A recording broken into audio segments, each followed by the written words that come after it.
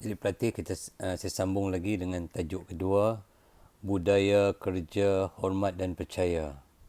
Hormat dan percaya adalah satu perkataan berbeza tetapi saling melengkapi. Hormat ialah sesuatu yang diperolehi bukannya diminta. Maksudnya kita dalam situasi ni kita kena hormat dan percaya. Yang tu yang penting Jadi dalam apa keadaan saja kita kena menghormati orang lain supaya orang boleh menghormati kita. Yang itu penting. Seorang dihormati itu lazimnya diberi kepercayaan yang tinggi.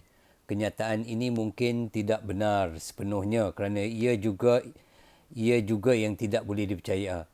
Kenyataan ini mungkin tidak benar sepenuhnya kerana ada juga yang tidak boleh dipercayai. Hal ini menjurus kepada definisi perkataan percaya yang bermakna apabila diberi kepercayaan kepada seorang itu, dia akan melakukan yang terbaik untuk orang yang mempercayainya. Ya? Kalau kita nak orang percaya kat kita, kita kena mempercayai kat orang lain. Contoh katalah. Nah, jadi kalau kita mempercayai orang lain, jadi kita akan senang berurusan dengannya. Kalau kita pun orang yang dipercayai, jadi senang kita nak minta pertolongan daripada orang lain, kita nak berurusan dengan pihak yang satu lagi lebih mudah. Sebab pihak yang satu lagi telah dia mempercayai kita. Maksudnya apabila kita berjanji, kita akan tepati. Jadi kita tidak akan memungkiri janji, kenyataan yang kita buat, percakapan yang kita buat. Jadi dia percaya kepada kita lah. Walau bagaimanapun dalam setengah kes, seorang itu boleh menghormati ramai orang. Tetapi itu tidak bermakna orang yang dihormati itu akan membuat yang terbaik untuknya. Tapi kita kena berhati-hatilah. Dalam keadaan yang tertentu, kita kena berhati-hati. Jadi supaya kita tidak akan terkena. Kita tidak akan jadi mangsa akibat daripada perbuatan seorang yang kita tidak boleh percayai. Yang pertama adalah percaya mempunyai maksud yang lebih mendalam apabila digunakan dalam konteks hubungan. Percaya bermakna meletakkan sepenuh keyakinan kepada seseorang. Orang yang percaya bahawa pihak yang dipercayainya itu tidak akan mencederakannya, sama sekali akan sentiasa mencarinya. Percaya ialah satu konsep yang kekal dan apabila seseorang itu dipercayai, ia akan kekal seumur hidup sehingga kepercayaan itu dikhianati. Jika salah satu pihak mengkhianati kepercayaan itu, lama akan dapat dipulihkan semula. Jadi kena beringat. Sekali orang dah tak percaya kat kita, susah nanti kita. Akan selama-lamanya lah orang akan sukar untuk percaya kita. Orang tak percaya kat kita nanti. Jadi susah nanti kita nak berurusan dengan orang lain ataupun kemungkinan dia akan menyampaikan ketidakpercayaan dia kepada kita tu kepada orang lain pula. Jadi kena berhati-hati, kena jujur.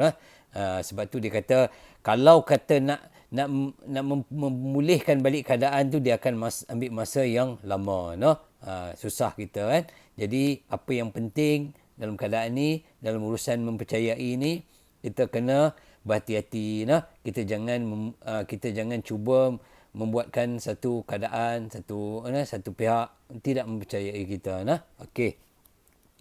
2.2 adalah hormat. Hormat apa dia? Hormat ialah mempunyai pandangan yang tinggi terhadap sesuatu entiti atau seseorang. Kita rasa hormat. Atau menyanjung pendapatnya. Satu amalan yang baik. Kita kena hormat orang. Bagaimana kita nak orang hormat kita, kita kena menghormati orang lain lah. Ringkasnya, menghormati seorang ialah menyanjung tinggi orang itu dan yakin orang itu hebat. Hormat memerlukan seseorang itu mengumpulkan sanjungan terhadap orang yang dihormati. Mereka menganggap orang tertentu, negara, kumpulan organisasi, agama dan lain-lain pada standard yang tertinggi. Mereka percaya bahawa entiti ini patut diberi